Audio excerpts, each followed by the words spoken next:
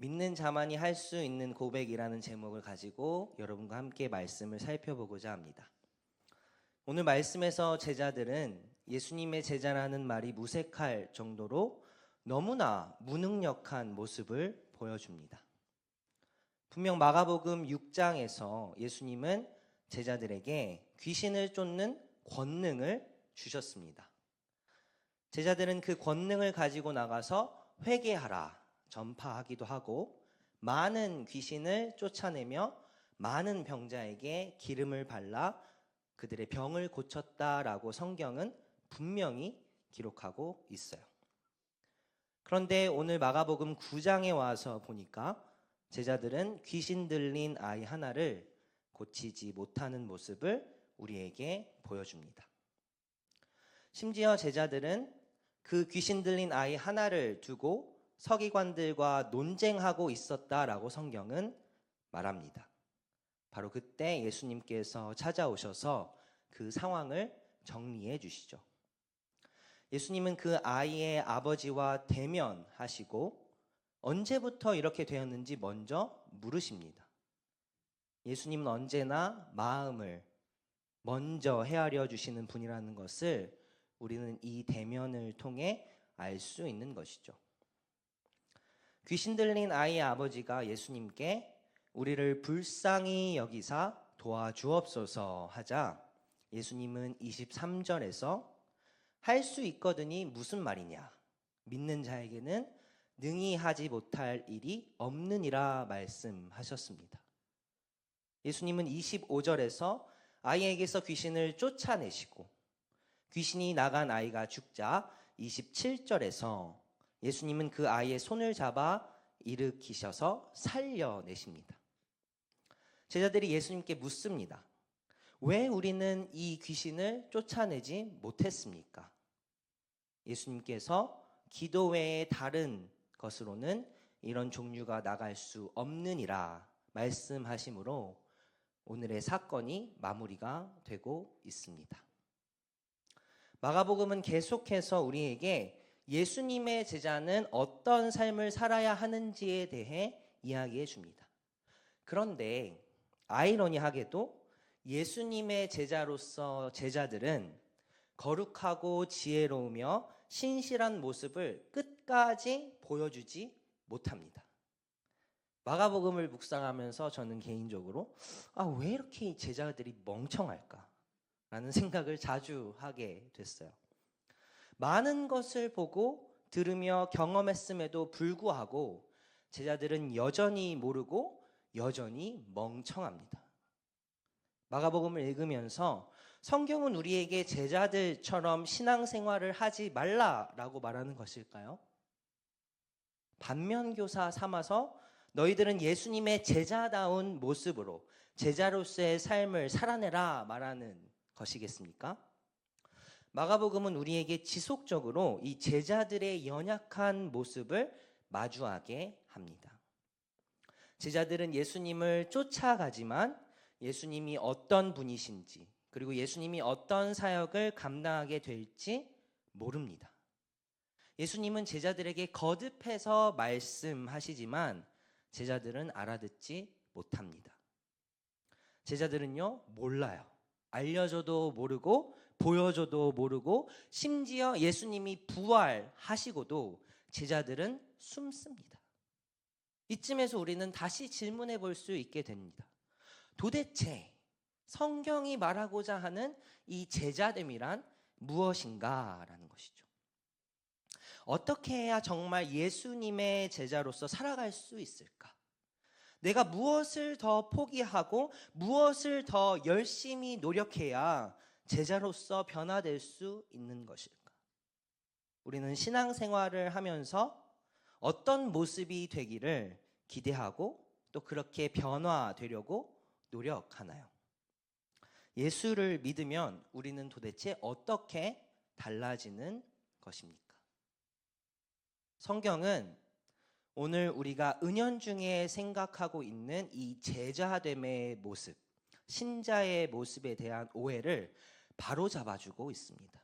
무슨 말일까요? 신앙생활이라는 것이 갈수록 내 스스로 홀로 서기를 더 잘하게 되는 일이 아니다라는 것입니다. 말씀을 보고 기도를 하고 사람들을 섬기는 일을 시간이 갈수록 더 자연스럽게 더 잘하게 되는 것이 아니다라는 것이죠. 여러분, 부모가 자녀를 키움에 있어서 그 자녀 양육의 궁극적인 목적은 무엇입니까? 내 자녀랑 평생 80, 90이 되어서 함께 사는 것이 목적입니까? 끔찍하죠. 독립이 목적입니다. 나이가 먹어가면서 자녀들은 부모로부터 정서적인 독립, 경제적인 독립을 해야 합니다. 나이가 들어감에도 계속해서 부모가 자녀의 인생의 모든 순간에 개입하고 자녀 스스로 판단을 내리고 결정을 내리지 못하게 한다면 독립은커녕 갈수록 부모를 더 의존하게 될 것이기 때문이에요. 자녀 양육의 목적은 뭐니 해도 자녀의 독립입니다. 그런데 신앙생활은 하나님께서 우리를 양육하시는 그 목적은 정반대라는 것을 성경은 오늘 보여줍니다. 신앙생활의 꽃은, 신앙생활의 목적은 바로 독립이 아니라 절대 의존인 것입니다. 우리가 갈수록 나아질 것이야, 우리의 믿음이 갈수록 좋아질 것이야 라고 생각하신다면 그것은 내 자신을 너무 과대평가하는 것입니다. 신앙생활을 백날 해도 우리의 믿음은 결코 나아지지 않을 것입니다. 여러분, 이 사실을 우리는 직면해야 합니다.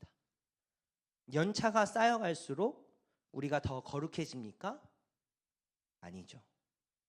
걸려 넘어졌던 문제에 또 넘어지고 좀 나아졌나 싶어도 우리의 믿음은 결코 나아지지 않습니다. 우리의 믿음이 좀 나아져 보일 때가 있다 하더라도 조금만 상황이 안 좋아지면 또 어떻습니까? 하나님께서 그동안 나를 어떻게 이끌어 오셨는지 그 은혜의 순간들을 다 까먹고 쉽게 넘어지고 절망하며 좌절하고 하나님을 원망하지 않습니까? 우리 믿음의 실체는 없습니다. 우리 안에서는 도무지 믿음이라는 것이 저절로 알아서 막 콩나물 자라듯이 자랄 수 있는 것이 아니에요. 신앙생활은 그러므로 갈수록 예수님을 더 찾게 되고 의존하게 되는 것입니다. 제가 대학교 1학년 때 이제 미국에서 유학을 할 때 한국에 있는 친구들이 미국으로 놀러 와서 같이 이제 라스베가스를 여행하게 된 일이 있었어요. 단체 여행이어서 다른 한국 사람들도 많이 있었고 여행 가이드분도 한국분이셨습니다. 어느 날 이제 제가 그 여행 가이드분 옆에 조수석에 앉아서 그분은 이제 운전을 하시고 같이 이제 도로 위를 달리는 와중에 다짜고짜 저에게 교회를 다니냐고 말씀하시는 거예요. 그래서 이렇게 뭐 열렬히 뜨겁게 신앙생활 하지 않는 사람인 척, 그냥 교회를 다닌 사람인 척, 아 교회 다닙니다 이렇게 얘기했죠. 그랬더니 갑자기 저한테 꿈이 뭐냐? 그래서 그때는 사실 제가 목사가 되고 싶은 생각이 전혀 없었기 때문에 다른 꿈을 말씀을 드렸어요. 이분이 저를 딱 보시더니 자기가 생각했을 때 학생은 나중에 목사가 될 것 같다고 그런 말씀을, 그런 말도 안 되는 얼토당토한 말씀을 저한테 하시는 거예요. 그래서 그럴 일 없다고 그때 당시에 그랬는데, 그러면서 저에게 해주셨던 이야기가 지금도 잊혀지지가 않습니다. 젊은 날에 하나님을 더 잘 믿어라 그러시는 거예요. 자신은 사업도 많이 해보고 돈도 많이 벌어보고 좋은 집에서 많이 또 살아보고 월화수목 금토일 끌고 다니는 외제차의 종류가 달랐대요. 그런데 삶의 여러 여정을 거쳐서 지금은 여행 가이드 일을 하게 되었다고.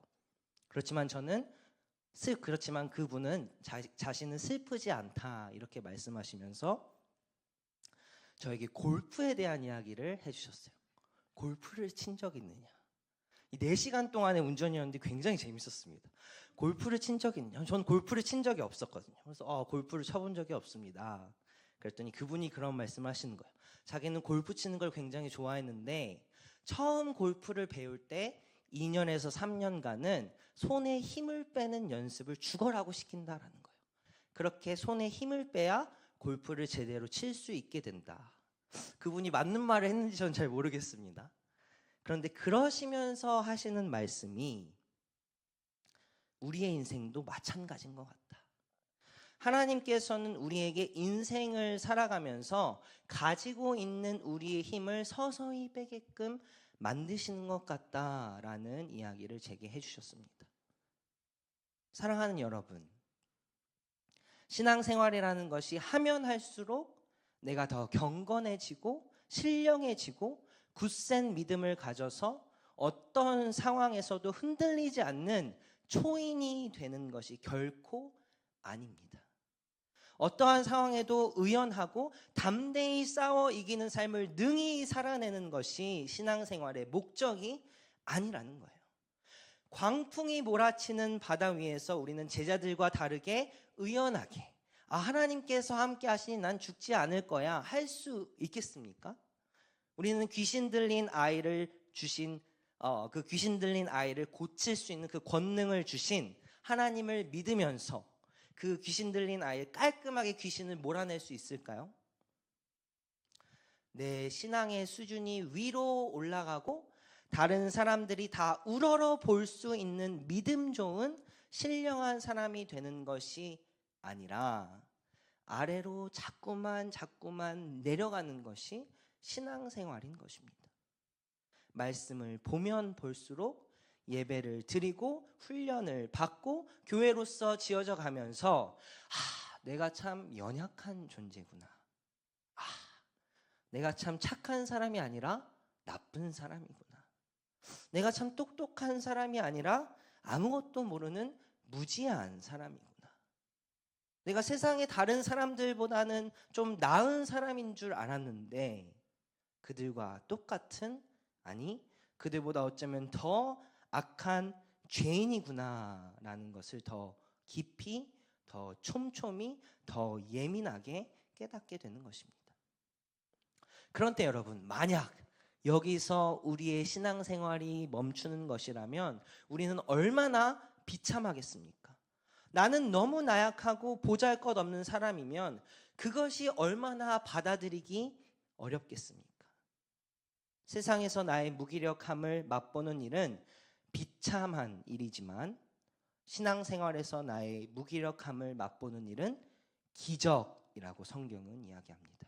왜냐하면 바로 그 비참한 자리에서, 약하고 비틀거리는 그 지점에서 바로 예수님이 보이게 되기 때문이에요. 보이지 않던 그분이 보이고 들리지 않던 그분의 말씀이 들리는 것, 그러므로 기적인 것이죠.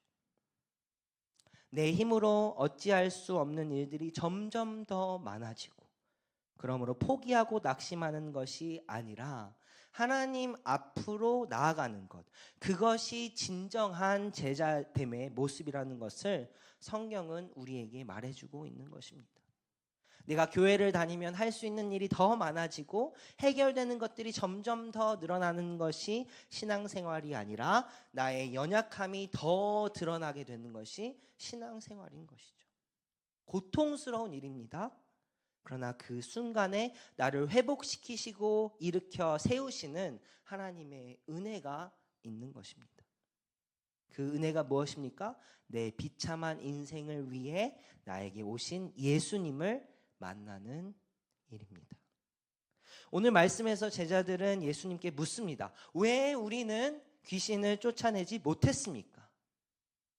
기도 외에는 이런 종류는 나갈 수 없다라고 말씀하시는 예수님의 모습을 통해서 우리는 그러므로 우리가 연약하기 때문에, 우리가 죄인이기 때문에 하나님 앞에 나아가야 한다라는 것을 배우게 되는 것입니다.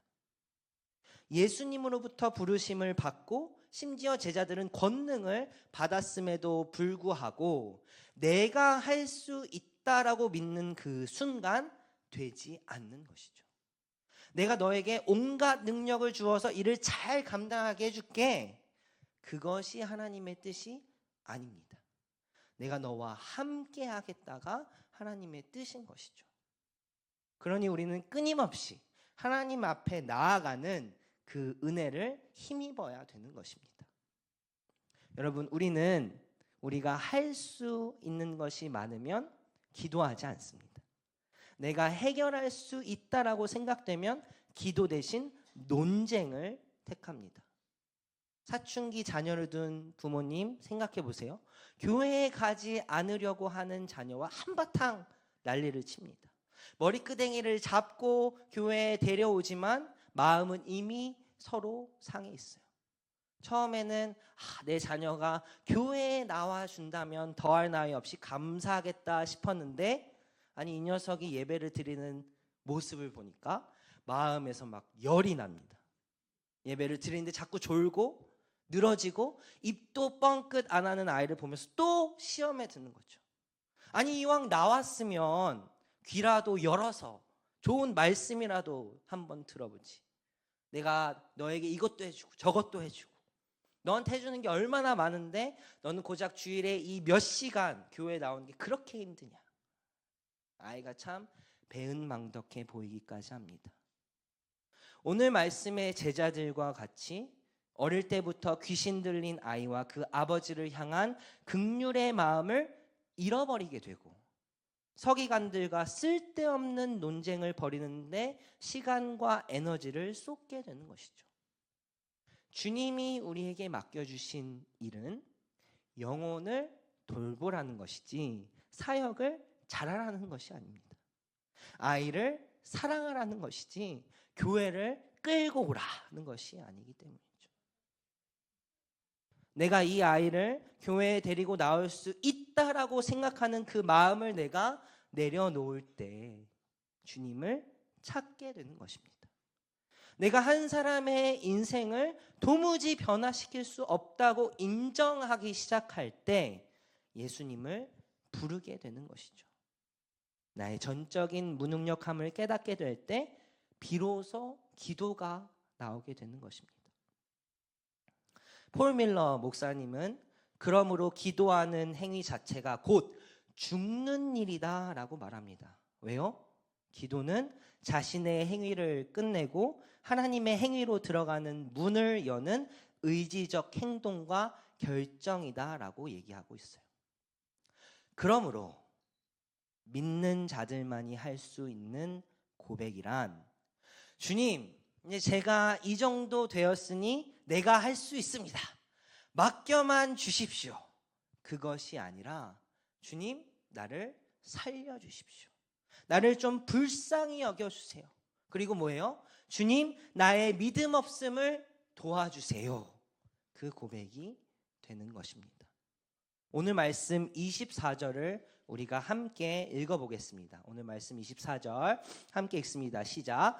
곧 그 아이의 아버지가 소리를 질러 이르되 내가 믿나이다. 나의 믿음 없는 것을 도와주소서 하더라. 여러분 보이십니까? 귀신 들린 아이의 아버지가 뭐라고 고백합니까? 주님, 내가 믿습니다. 근데 믿게 되니까 무엇이 보이는 거예요? 나의 믿음 없음이 보이게 되는 것입니다. 그래서 예수님께 나의 믿음 없음을 도와주옵소서라는 고백을 하게 되는 것이죠. 사랑하는 여러분, 하나님께서 우리를 부르셨습니다. 하나님께서 우리를 교회로 부르셨어요. 나를 부르셔서 주님의 일을 감당하라고 하셨어요. 그것이 목회인이든 순장사역이든 분당 우리 교회에서 기쁨이 되는 교회로의 분립개척에 대한 순종이든 그리스도인으로서 세상에서 살아가는 것이든, 그런데 하면서 보니 어떻습니까? 내가 못하겠는 거예요. 도무지 나에게는 힘이 없다라는 것을 발견하게 됩니다. 세상 속에서 그리스도인으로서 살아내는 것은 또 어떻습니까?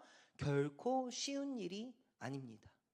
세상적인 이유들과 상황들로 타협해야 하는 순간들이 얼마나 많습니까? 기독교 정신이 아니라 이 만몬의 정신, 돈이 중심이 되어 일하는 나의 일터는 또 어떻습니까? 나를 제외한 믿지 않는 가정에서 믿는 남편이자 아버지로, 믿는 아내이자 어머니로서 살아내는 게 얼마나 어렵습니까? 사춘기에 접어드는 자녀들을 이제는 다 컸다고 생각하는 어른이 된 자녀들을 교회에 데려오는 것도 어렵습니다. 그들에게 그리스도인으로서 구별된, 변화된 모습을 보여주는 것도 어렵고, 훈련도 어렵고, 봉사도 어렵고, 죄다 다 어렵습니다.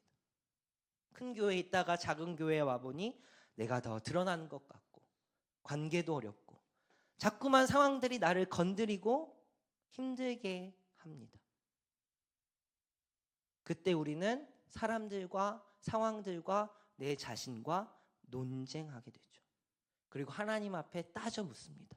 아니, 하나님, 나를 정말 부르신 것이 맞습니까? 나를 부르셨습니까? 나는 할 수 없는데 왜 자꾸 나를 그 자리에 몰아 넣으십니까? 그때 예수님은 우리에게, 아니, 왜 너는 못한다고만 하니? 믿는 자에게는 능치 못함이 없는데 왜 너는 못한다고 죽는 소리만 하니? 이렇게 우리를 나무라시는 것이 아닙니다. 그래, 너는 하지 못해. 네가 못하는 것을 깨닫게 되는 것이 은혜다. 네 자신을 그만 믿고 이제 나를 믿어라. 나를 의지해라. 나에게 달려와라. 그리고 나의 능력이 너의 연약함에서, 약함에서 드러나는 것을 시작된다라는 것을 보아라. 믿는 자에게 능치 못함이 없다는 말씀은 우리가 뛰어나게 된다라는 말이 아닙니다. 우리는 여전히 할 수 없지만 능치 못함이 없으신 예수님을 우리가 만나게 된다라는 의미인 것이죠. 그러므로 우리는 기도하게 되는 것입니다. 기도해야지 내가 용을 쓴다고 해서 기도가 저절로 30분, 1시간, 2시간 되어지는 것이 아닙니다. 우리의 연약함을 발견할 때, 내가 아무것도 할 수 없을 때 기도의 자리로 나아가게 되는 것이죠. 기도조차도 우리의 할 수 있다라는 의지로 되어지는 게 아니라는 것을 우리는 깨달아야 합니다. 내가 무너지는 일이고 나의 연약함을 직면해야 하는 일이기에 비참할 수 있습니다. 그러나 그 자리에 우리의 소망이 있는 것입니다. 말씀을 맺겠습니다. 세상의 훈련과 하나님의 훈련의 차이는 독립과 의존입니다. 나는 갈수록 하나님을 의지하는 인생을 살고 있습니까? 아니면 내 스스로 할 수 있다고 생각하며 살아가고 있습니까? 내 눈에 자꾸만 내가 해결할 수 있어 보이는 문제들이 보이십니까? 아니면 내가 기를 쓰고 달려들어도, 내 모든 것을 다 동원해도 해결되지 않는 문제들이 더 많이 보이십니까? 진정한 제자됨은 나의 믿음 없음을 직면하는 것에서부터 시작한다는 사실을 잊지 마시기 바랍니다. 믿음 있는 자는 자신의 믿음 없음을 주님께 아뢰는 자입니다. 진정한 제자됨은 나의 무지함과 무능력함에서 시작된다는 것을 깨닫게 되기를 간절히 소망합니다. 그리하여 우리의 비참함이 발견되는 바로 그 지점에서 예수님이 보이고 예수님의 능력을 경험하게 되는 우리 공동체가 되기를 간절히 소망합니다. 우리 함께 이 시간 찬양함으로 주님 앞에 나아가겠습니다.